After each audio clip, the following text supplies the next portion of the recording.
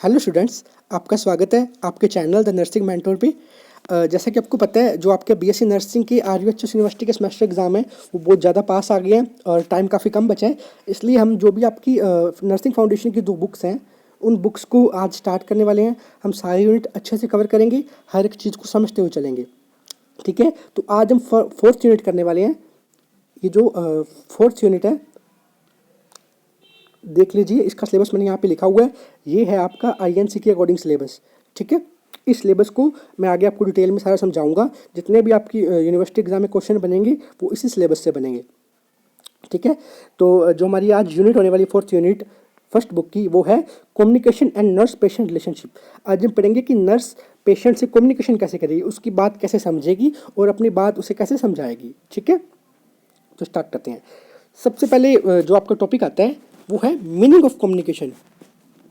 What is communication. आज हमें सबसे पहले देखना है कि कम्युनिकेशन क्या है। तो डेफिनेशन में यहाँ पे लिखी हुई है, communication means sending end receiving messages. मतलब कि मैंने, मान लीजिए कि मैं एक आर्यन हूँ, मैंने एक मैसेज किसी पर्सन को दिया। वो पेशेंट हो सकता है, डॉक्टर हो सकता है, पेशेंट की फैमिली हो सकती है, कोई भी हो सकता है। तो कम्युनिकेशन का मतलब क्या है, उसे मैसेज देना सामने वाले पर्सन को और उससे आउटकम रिसीव करना। ठीक है, मतलब उससे फीडबैक रिसीव करना, वार्तालाप करना। मैं उसे कुछ समझा रहा हूँ और उसके सामने वो कोई मुझे सामने वाला फीडबैक दे रहा है, उसे मैं समझ रहा हूँ। इसे क्या कहते हैं, कम्युनिकेशन। या फिर कोई आइडिया शेयर करना, उसे क्या बोलते हैं, कम्युनिकेशन। तो it helps understanding, trust and emotional support. Communication किस में हेल्प करता है, अंडरस्टैंडिंग में हेल्प करता है। ऑफ कोर्स किसी चीज़ को समझना है हमने को तो कम्युनिकेशन ही करेंगे। ट्रस्ट बिल्ड करते हैं, जितनी अच्छे से अपनी कम्युनिकेट करेंगे अगले का अपने पे ट्रस्ट बढ़ेगा। इमोशनल सपोर्ट देना किसी पेशेंट को, ऑफ कोर्स, तो भी उसके लिए कम्युनिकेशन ही सबसे इंपॉर्टेंट चीज़ है। ठीक है, तो आगे बढ़ते हैं। मैं सारी चीज़ लास्ट में एक बार दोबारा रिवाइज करवा दूंगा। एक बार अपने स्लाइड बाई स्लाइड चलते हैं। अब आते हैं पर्पस ऑफ कम्युनिकेशन, कि कम्युनिकेशन का पर्पस क्या है। सबसे पहला पर्पस है कम्युनिकेशन का, बिल्ड ट्रस्ट। ऑफ कोर्स, अगर आपने किसी में ट्रस्ट बिल्ड करना है, किसी पेशेंट को आपको यकीन दिलाना है कि आप उसकी केयर करते हो, आपको उसकी चिंता है, तो ऑफ कोर्स उसके लिए सबसे पहले जो इंपॉर्टेंट चीज़ है वो है इफेक्टिव कम्युनिकेशन। आपने पेशेंट से सही तरह से कम्युनिकेट करना है, तभी आप ट्रस्ट बिल्ड कर पाओगे। सेकंड है collect information. Of course, information collect करने किसी के बारे में तो भी आपको कम्युनिकेट करना ही पड़ेगा। Provide emotional support. अगर आपने किसी को पेशेंट को इमोशनल सपोर्ट प्रोवाइड करना है तो भी कम्युनिकेशन बहुत इंपॉर्टेंट है। Educate the patient. पेशेंट को एजुकेट करना है, अपने पेशेंट को बताना है कि वो रिकवरी उसकी कितनी हो चुकी है, कैसे हो रही है, उसे क्या खाना है, सब कुछ बताने के लिए कम्युनिकेट ही आपको करना पड़ेगा। Improve quality of care. Of course, ये भी कम्युनिकेशन का, पर्पस ऑफ कम्युनिकेशन का एक पार्ट है। ठीक है, तो कितने पॉइंट है यहाँ पे, टोटल 5 पॉइंट है। Build trust, collect information, provide emotional support, educate the patient and improve quality of care. तो अब तक हमने क्या पढ़ा, मीनिंग ऑफ कम्युनिकेशन। कम्युनिकेशन का मीनिंग क्या है, sending message and receiving message. ठीक है, और ये किस लिए इंपॉर्टेंट है, ट्रस्ट बिल्ड करने के लिए, इमोशनल सपोर्ट देने के लिए, है ना। इसके पर्पस क्या है, मैं बता, वही ट्रस्ट बिल्ड करना, इन्फॉर्मेशन कलेक्ट करना, पेशेंट को एजुकेट करना, इमोशनल सपोर्ट देना and quality of patient care provide करवाना। अब आता है लेवल ऑफ कम्युनिकेशन। इससे आपके सेमेस्टर एग्जाम में कई बार क्वेश्चन आता है। ठीक है, तो इसे अच्छे से समझेंगे आप। यहाँ पर टोटल मैंने 4 पॉइंट्स लिखे हुए हैं, 4 लेवल्स लिखे हुए हैं कम्युनिकेशन के। सॉरी, मैंने शायद अगर हेडिंग गलत पढ़ दी हो तो आपकी हेडिंग क्या है, लेवल्स ऑफ कम्युनिकेशन। ठीक है, तो कम्युनिकेशन की मेनली मैंने यहाँ पे 4 लेवल्स डिस्क्राइब किए हुए हैं। इनसे क्वेश्चन आपके एग्जाम में कई बार आते हैं। हालांकि मैंने यहाँ पे बहुत ज़्यादा से पेज नहीं भरे हैं, मैंने शॉर्ट में लिखा है, बस आपको अच्छे से समझना है। और अगर ये क्वेश्चन आपके एग्जाम में आता है तो आप थोड़ी बहुत लाइन्स ऑटोमेटिकली अपने आप से ऐड कर सकते हैं, कोई दिक्कत वाली बात नहीं है। ठीक है, अब टाइम कम ऐसे तो है नहीं कि आप रट्टे मारोगे। अब सिर्फ मैं आपको मेनली चीज़ें समझाने पर कोशिश कर रहा हूँ, और अगर आप इतना भी लिख के आ जाओगे ना तो भी आपको बहुत अच्छे मार्क्स मिल जाएंगे। ठीक है, तो फर्स्ट है intrapersonal communication. What is intrapersonal communication, self talk या फिर थिंकिंग। मतलब आप खुद के बारे में सोच रहे हो, आप खुद से बात कर रहे हो कि मेरे को इस पेशेंट को कैसे अच्छी फैसिलिटी प्रोवाइड करवानी है, मेरे को इस पेशेंट के बाद कैसे केयर करनी है, आप खुद से बात कर रहे हो, इसे बोलते हैं इंट्रापर्सनल कम्युनिकेशन।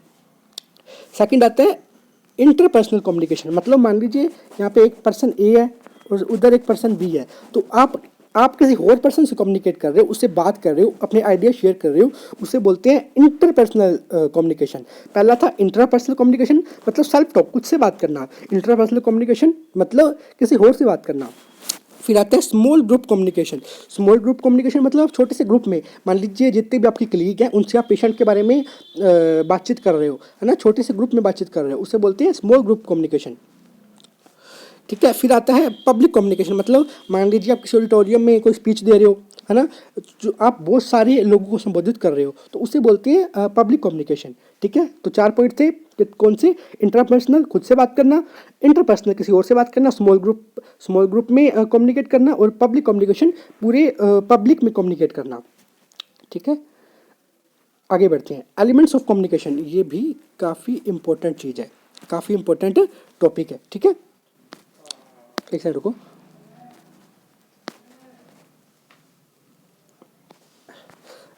इससे आपके सेमेस्टर एग्जाम में कई बार क्वेश्चन आता है। एलिमेंट्स ऑफ कम्युनिकेशन, तो यहाँ पे मैंने कुछ एलिमेंट्स लिखे हैं कम्युनिकेशन के, इससे अब अच्छे से समझते हैं। मान लीजिए आप किसी पर्सन से बात कर रहे हो, आपने किसी पर्सन को कुछ बोला, तो आप क्या होगी, सेंडर होगे। ठीक है। आपने मैसेज भेजा, और आपने क्या भेजा, मैसेज भेजा। पहला कौन होता है, सेंडर, जो मैसेज भेजता है। दूसरा मैसेज जो भेजा जाता है, क्या भेजा जाता है, मैसेज भेजा जाता है। तीसरा रिसीवर, जो मैसेज को रिसीव करता है। फोर्थ है यहाँ पे चैनल, चैनल मतलब मेथड, आप किसी को इशारों में बात कर रहे हो किसी से, या फिर बोल के बात कर रहे हो, है ना, तो दोनों इसमें इंक्लूड हो सकते हैं, इसलिए इसको बोलते हैं चैनल। फिफ्थ आता है फीडबैक यानी आपने किसी पर्सन को कोई मैसेज दिया, तो सामने से वो भी तो रिस्पॉन्स देगा, जो वो रिस्पॉन्स देगा उसे बोलेंगे फीडबैक। और इसके बीच में आप किसी माध्यम में बात कर रहे हो, आप किसी जहाँ पे मौजूद हो वहाँ का कुछ एनवायरनमेंट हो सकता है, आप जंगल में बात कर रहे हो सकता है हॉस्पिटल में बात कर रहे हो सकता है हॉस्पिटल से बाहर बात कर रहे हो, है ना, इसे बोलते हैं अपने एनवायरनमेंट। और बैरियर्स भी हो सकते हैं यहाँ पे बहुत सारे। बैरियर्स मतलब मान लीजिए जहाँ पे आप किसी से बात कर रहे हो वहाँ पे आसपास कहीं कंस्ट्रक्शन का काम चल रहा है, और वहाँ पे बहुत ज़्यादा ड्रिलिंग की आवाज़ आ रही है, मतलब वहाँ पे काफ़ी ज़्यादा शोर है, तो कम्युनिकेशन में प्रॉब्लम भी आ सकती है ना, तो वो बैरियर्स होते हैं कम्युनिकेशन के अंदर, बहुत सारे बैरियर्स हो सकते हैं। ठीक है। मैंने इसमें से एक एग्जाम्पल दिया आपको। तो आगे बढ़ते हैं। आगे आता है टाइप्स ऑफ कम्युनिकेशन। कम्युनिकेशन के कितने टाइप हो सकते हैं। टाइप्स ऑफ कम्युनिकेशन, इसमें मैंने यहाँ पे टोटल 4 टाइप्स लिखे हुए हैं। पहला है वर्बल, मतलब बोलकर। दूसरा है नॉन वर्बल, मतलब फेशियल एक्सप्रेशन से, किसी को अपने फेशियल एक्सप्रेशन से अपने ऐसे कर देते हैं ना, आंखों से एक्सप्रेशन देके कुछ बात समझानी हो, तो कई बार जब अपने कहीं पे बोल नहीं सकते तो, या फिर अपने उसको टच करके कुछ बता रहे हैं, है ना, इशारों से कुछ बता रहे हैं, इसे बोलते हैं नॉन वर्बल। और अगर अपने किसी को कुछ बोल के बता रहे हैं तो उसे बोलते हैं वर्बल। ठीक है। तीसरा होता है इसमें फॉर्मल, मतलब मान लीजिए आप किसी ऑफिस में हैं, या फिर आप किसी ऐसे पर्सन से बात करें, वो आपका सीनियर भी हो सकते हैं, है ना, तो उससे आप फॉर्मली बात करते हैं, ऑफिशियल तरीके से बात करते हैं। ठीक है। और अगर आप किसी अपने कलीग से, अपने फ्रेंड से बात कर रहे हैं, तो उससे कैसे बात करते हैं, इनफॉर्मल बात करते हैं। इसलिए यहाँ पे ये कम्युनिकेशन के मैंने 4 टाइप लिखे हैं। वर्बल यानी कि वर्बल, एक सेकेंड, वर्बल बोल के, नॉन वर्बल एक्सप्रेशन या टच से, फॉर्मल किसी सीनियर से बात कर रहे हो, ऑफिशियली बात कर रहे हो मतलब, और इनफॉर्मल कैजुअल कन्वर्सेशन, मतलब नॉर्मल जैसे अपने दोस्तों से बात करते हो वैसे बात कर रहे हो। ठीक है। अब तक अपने क्या पढ़ा है मैं बता देता हूँ आपको। हमने मीनिंग ऑफ कम्युनिकेशन पढ़ा था। कम्युनिकेशन का मतलब क्या होता है, मतलब आइडिया शेयर करना होता है। पर्पस क्या होता है कम्युनिकेशन के, ये भी आपको पता चल गया। दूसरा आपने पढ़ा level of communication, interpersonal, intrapersonal, small group and public group. और उसके बाद हमने पढ़ा एलिमेंट्स ऑफ कम्युनिकेशन, ये सारे कम्युनिकेशन के एलिमेंट्स हैं। उसका हमने पढ़ा type of communication, verbal, non verbal, formal and informal. आगे बढ़ते हैं। Factors affecting communication. अब कम्युनिकेशन को कौन से फैक्टर इफेक्ट करते हैं। मान लीजिए कोई पर्सन या कोई पेशेंट आपको अपनी प्रॉब्लम बता रहा है, पर उसके साथ साथ वो इमोशनल हो गया, तो ऑफकोर्स अगर कोई इमोशनल होकर आपको अपनी बात बता रहा है तो कम्युनिकेशन में प्रॉब्लम आएगी, ढंग से आपको अपनी बात नहीं बता पाएगा, और ना ही आप ढंग से समझ पाओगे, है ना। और दूसरा हो सकता है कल्चरल या लैंग्वेज प्रॉब्लम आ जाए। ठीक है। मान लीजिए आप साउथ में हैं और वहीं से आपके पास कोई पेशेंट नॉर्थ का है, तो ऑफकोर्स उसकी लैंग्वेज थोड़ी आपसे अलग होगी ना, तो आपको समझने में थोड़ी प्रॉब्लम आ सकती है। तीसरा है एजुकेशन। एजुकेशन भी आप समझिए, एजुकेट पीपल, अगर कोई पीपल एजुकेट है, एजुकेटेड पीपल अपनी बात बहुत इजीली कन्वे कर सकता है, बहुत इजीली आपको बता सकता है, ठीक है। एनवायरनमेंट एंड नॉइस, जैसे मैंने आपको बताया था, अगर आसपास बहुत ज़्यादा नॉइस है और एनवायरनमेंट ऐसा है जहाँ पे बहुत ज़्यादा बैरियर है, बहुत ज़्यादा प्रॉब्लम है कॉन्वर्सेशन करने में, वहाँ पे भी आपकी जो कम्युनिकेशन है वो इफेक्ट हो सकती है। इलनेस, पेन, ऑफ कोर्स कोई पर्सन पेन में है तो वो ढंग से कम्युनिकेट नहीं कर सकता, अपनी प्रॉब्लम नहीं बता सकता, ना ही सुन सकता है ढंग से, अगर किसी सुनने वाले को प्रॉब्लम है तो, है ना। और एटीट्यूड एंड परसेप्शन, ठीक है। अगर किसी ने पहले ही परसेप्ट कर लिया है, पहले ही अवधारणा बना ली किसी पर्सन के बारे में, हाँ हाँ ये तो ऐसा ही है ना, तो भी कम्युनिकेशन अच्छे से नहीं हो सकती। इसलिए आपको हमेशा एम्पैथी से कम्युनिकेट करना है। आगे बढ़ते हैं, थेराप्यूटिक कम्युनिकेशन। अब आते हैं थेराप्यूटिक कम्युनिकेशन, मतलब थेराप्यूटिक कम्युनिकेशन क्या है, मतलब ऐसा कम्युनिकेशन के मेथड यूज़ करना जिससे कि आप जो पेशेंट की केयर में इम्प्रूव कर सको, है ना, जिससे कि आप पेशेंट की बात को बहुत अच्छे से समझ सको और उसकी हेल्थ को इम्प्रूव कर सको। ऐसी इसके लिए अपने जिस कम्युनिकेशन को यूज़ करते हैं उसे बोलते हैं therapeutic communication. Therapeutic communication is purposeful method use by nurses to support patient, express feelings and promote health. ये यहाँ पे ऐसे पॉइंट नहीं है ये, ठीक है, ये इकट्ठा ही समझ सकते हो आप। तो मतलब पेशेंट की प्रोग्रेस करने, पेशेंट की हेल्थ को इम्प्रूव करने के लिए जो कम्युनिकेशन के मेथड एक नर्स या कोई डॉक्टर यूज़ करता है उसे बोलते हैं थेराप्यूटिक कम्युनिकेशन, ठीक है, आप समझ गए होंगे। आगे बढ़ते हैं, अब इसमें आ जाती हैं थेराप्यूटिक कम्युनिकेशंस की कुछ टेक्निक्स, ठीक है, पढ़ती हैं। पहला है एक्टिव लिसनिंग। एक्टिव लिसनिंग मतलब सिर्फ सुनना है अपने, पहले ऐसा नहीं कि कोई पेशेंट कुछ बोल रहा है और आप उसकी बात सुनते सुनते बीच में भी अपनी बात शुरू कर दी, नहीं, पहले एक्टिव लिसनिंग करनी है आपको, शांति से उसकी बात सुननी है, ठीक है। अपने यहाँ पे क्या पढ़ रहे हैं, थेराप्यूटिक कम्युनिकेशन की टेक्निक्स पढ़ रहे हैं। मान लीजिए आप एक रजिस्टर्ड नर्स हो, नर्सिंग ऑफिसर हो, आपके सामने कोई पेशेंट आया, तो आपने पेशेंट से अच्छी कन्वर्सेशन कैसे करनी है, अच्छा कम्युनिकेशन कैसे करना है, उसके यहाँ पे मैंने कुछ पॉइंट्स लिखे हुए हैं, ठीक है। चलो अपने सपोज करते हैं आपके पास एक पेशेंट आ गया, तो आप क्या करोगे, सबसे पहले एक्टिव लिसनिंग करोगे, अच्छे से उसकी बात सुनोगे। दूसरी, साइलेंटली सुनोगे, है ना, बीच में उसको इंटरप्ट नहीं करना, साइलेंटली उसकी बात सुननी है पहले, एम्पैथी, ठीक है, एम्पैथी होनी चाहिए आपके मन में उसके लिए, आपके मन में क्या होनी चाहिए, सांत्वना होनी चाहिए उसके लिए, ठीक है। थर्ड है रिफ्लेक्शन। रिफ्लेक्शन बहुत इंपॉर्टेंट है थेराप्यूटिक कम्युनिकेशन के अंदर। दूसरा, क्लैरिफिकेशन होनी चाहिए। और नेक्स्ट है समराइजिंग होनी चाहिए, जो भी बात सुन आप अपनी उसको बोल रहे हो या उसकी सुन रहे हो तो उसने बहुत कुछ बोल दिया, बट जो भी अपनी बात अब उसको बता रहे हो वो समराइज करके बताना है, ऐसे नहीं कि मतलब लंबी लंबी कहानियाँ बता रहे हो। ओपन एंडेड क्वेश्चन होना चाहिए। ओपन एंडेड क्वेश्चन मतलब उससे आप कोई भी क्वेश्चन पूछ रहे हो तो वो क्वेश्चन ऐसा नहीं होना चाहिए कि जिसका जवाब सिंपल हाँ या ना में हो, है ना, उससे ऐसा क्वेश्चन पूछना जैसे कि आपको कोई प्रॉब्लम कब से हो रही है ना, जिससे कि उसको इमोशनल सपोर्ट भी मिले, उसको एम्पैथी दिखे, उसको प्रॉपर इंफॉर्मेशन देनी है, ठीक है, और पैराफ्रेजिंग करनी है, ठीक है। आगे बढ़ते हैं, आगे आता है नॉन थेराप्यूटिक टेक्निक्स, या फिर जो भी आपकी थेराप्यूटिक टेक्निक्स हैं उनके अंदर जो बैरियर्स या फिर क्या अवरोध आएगा, आप किसी पेशेंट से अच्छा कम्युनिकेट कर रहे हो उसके अंदर क्या क्या प्रॉब्लम आ सकती हैं, अगर आप उस मतलब ऐसी कौन सी चीज़ें हैं जिन्हें आप फॉलो नहीं करोगे तो आपकी जो कम्युनिकेशन है वो अच्छी नहीं होगी, है ना। तो सबसे पहले मैंने वो लिखी हुई हैं, गिविंग अनवांटेड एडवाइस। आपने कभी पेशेंट को अनवांटेड एडवाइस नहीं देनी। अनवांटेड एडवाइस मतलब ऐसी एडवाइस जिसकी जरूरत नहीं है पेशेंट को, आपने वो एडवाइस नहीं देनी। फॉल्स रेजोनेंस नहीं देना, फॉल्स इंफॉर्मेशन नहीं देनी पेशेंट को, ठीक है, मतलब सांत्वना, फॉल्स सांत्वना नहीं देनी।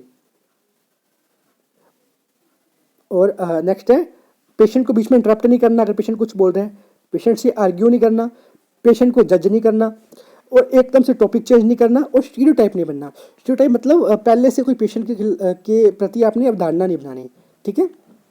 नेक्स्ट है nurse patient relationship. Nurse patient relationship कैसा होना चाहिए, तो a professional therapeutic relationship based on trust and empathy, ठीक है। मैंने आपको बताया ट्रस्ट भरोसे पे और एम्पैथी सांत्वना होनी चाहिए। ठीक है, आगे बढ़ते हैं। हाँ, ऑनेस्टी होनी चाहिए, रिस्पेक्ट होनी चाहिए एंड कॉन्फिडेंशियलिटी होनी चाहिए। मतलब आपको पेशेंट की प्राइवेसी का भी ध्यान रखना है। आगे बढ़ते हैं। Phases of nurse patient relationship. Next topic क्या आपका, sorry, phases of nurse patient relationship. इसमें फर्स्ट आता है प्री इंटरेक्शन, मतलब पेशेंट से मिलने से पहले। Pre interaction, nurse prepares before meeting patient, मतलब पेशेंट से मिलने से पहले नर्स को खुद को प्रिपेयर करना होता है कि उसने क्या उससे बात करनी है, कैसे बात करनी है, कैसे सांत्वना देनी है। ठीक है, उसके बाद है ओरिएंटेशन, मतलब इंट्रोडक्शन, बिल्डिंग ट्रस्ट। ठीक है, अब आप पेशेंट से मिल रहे हो, मैं खुद बार से बताता हूँ, ये आपको समझ नहीं आया होगा, बात से स्टार्ट करते हैं। Phases of nurse patient relationship, मतलब एक नर्स पेशेंट से मिलने जा रही है या मिल रही है, उसके बीच में क्या फेजेस आएंगे मैं आपको बताता हूँ। ऐसे समझो, मान लीजिए आपको एक पेशेंट अपॉइंट हुआ, इस पेशेंट को आपने केयर प्रोवाइड करनी है। ठीक है, अब आपको जस्ट पेशेंट अलॉट हुआ है, पेशेंट आपको मिला है। अब आपने क्या करना है, पेशेंट के पास जाने से पहले जो फेज़ होगा, पेशेंट से मिलने से पहले का जो फेज़ होगा उसे बोलेंगे प्री इंट्रैक्शन। अभी आप पेशेंट से मिले नहीं हो, उस फेज़ को बोलेंगे प्री इंट्रैक्शन फेज़। उसके बाद आएगा ओरिएंटेशन फेज़, मतलब अब आप पेशेंट से मिल चुके हो। ठीक है, अब आप क्या करोगे, पेशेंट से मिलने के बाद उससे इंट्रोडक्शन करोगे, उससे नाम पूछोगे, अपना नाम बताओगे या फिर उससे ट्रस्ट बिल्ड करोगे।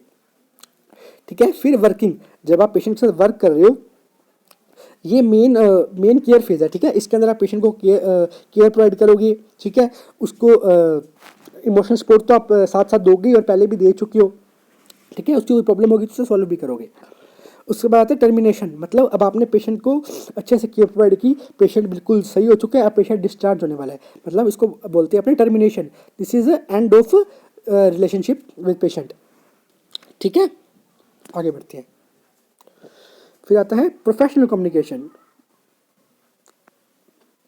प्रोफेशनल कम्युनिकेशन कैसा होना चाहिए आपका, किसी के साथ भी, ये पेशेंट के साथ हो सकता है, पेशेंट की फैमिली के साथ हो सकता है, आपके कलीग के साथ हो सकता है, मतलब किसी के साथ भी अगर आपने प्रोफेशनल कम्युनिकेट करना है तो वो कैसे होगा। पहला, ये कैसा होता है, क्लियर एंड रिस्पेक्टफुल कम्युनिकेशन होता है। दूसरा, इसमें कॉन्फिडेंटली मेंटेन होती है, मतलब प्राइवेसी का ध्यान रखा जाता है। इसके अंदर एक्यूरेट डॉक्यूमेंटेशन होगी, इफेक्टिव रिपोर्टिंग होगी and collaboration with health team होगी। मतलब आपने इस सब का ध्यान रखना है। मैं कुछ बात बताता हूँ, प्रोफेशनल कम्युनिकेशन कैसी होगी, आप किसी से कम्युनिकेट प्रोफेशनली कैसे कर रहे हो। कम्युनिकेशन किसी भी तरह से हो सकती है ना, जरूरी थोड़ी ना कि सिर्फ बोल के हो, डॉक्यूमेंटेशन से भी कम्युनिकेशन हो सकती है। तो उसके लिए डॉक्यूमेंटेशन भी एक्यूरेट होनी चाहिए, है ना। और रिपोर्टिंग आप दे रहे हो, किसी के बारे में किसी को बता रहे हो, तो भी वो इफेक्टिव होनी चाहिए, है ना। आप बिल्कुल सही इन्फॉर्मेशन दो एंड हेल्थ केयर से कोलैबोरेशन आपकी होनी चाहिए। ठीक है, डॉक्यूमेंटेशन इन कम्युनिकेशन, जैसे मैंने आपको बताया, कम्युनिकेशन के अंदर डॉक्यूमेंटेशन का भी काफ़ी अच्छा रोल होता है। इसके अंदर क्या होगा, आपके रिकॉर्ड होंगे जो बिल्कुल एक्यूरेट होंगे, रिपोर्टिंग पेशेंट चेंजेस होंगे। ठीक है, पेशेंट के अंदर क्या चेंजेस आ रहे हैं उसको भी आप रिपोर्ट करोगे इसके अंदर। और जो आपके डॉक्यूमेंट्स हैं वो लीगली वैलिड होने चाहिए। और जो आपने नोट्स बनाए हैं, जो भी डॉक्यूमेंट्स में सब कुछ लिखा हुआ है, वो क्लियर और कंप्लीट होना चाहिए। ऐसा नहीं अपने आधी चीज़ें बीच में छोड़ी हुई हैं। इसलिए सही इन्फॉर्मेशन आपने लिखनी है और पूरी इन्फॉर्मेशन आपने लिखनी है। नेवर अल्टर डिस्ट्रॉय रिकॉर्ड्स, आपने रिकॉर्ड्स का पूरा ध्यान रखना है, रिकॉर्ड्स खराब या डिस्ट्रॉय नहीं होने चाहिए। ठीक है, तो बस इतना ही लेक्चर था आपका। Thank you so much for joining. हमने कुछ भी नहीं छोड़ा है, जितना भी कुछ इम्पोर्टेंट हो सकता था सब कुछ कवर कर लिया है। तो आई होप आपको लेक्चर पसंद आया होगा, आपने सब कुछ अच्छे से समझ लिया होगा, याद कर लिया होगा। तो all the best for your exam, good luck, thank you.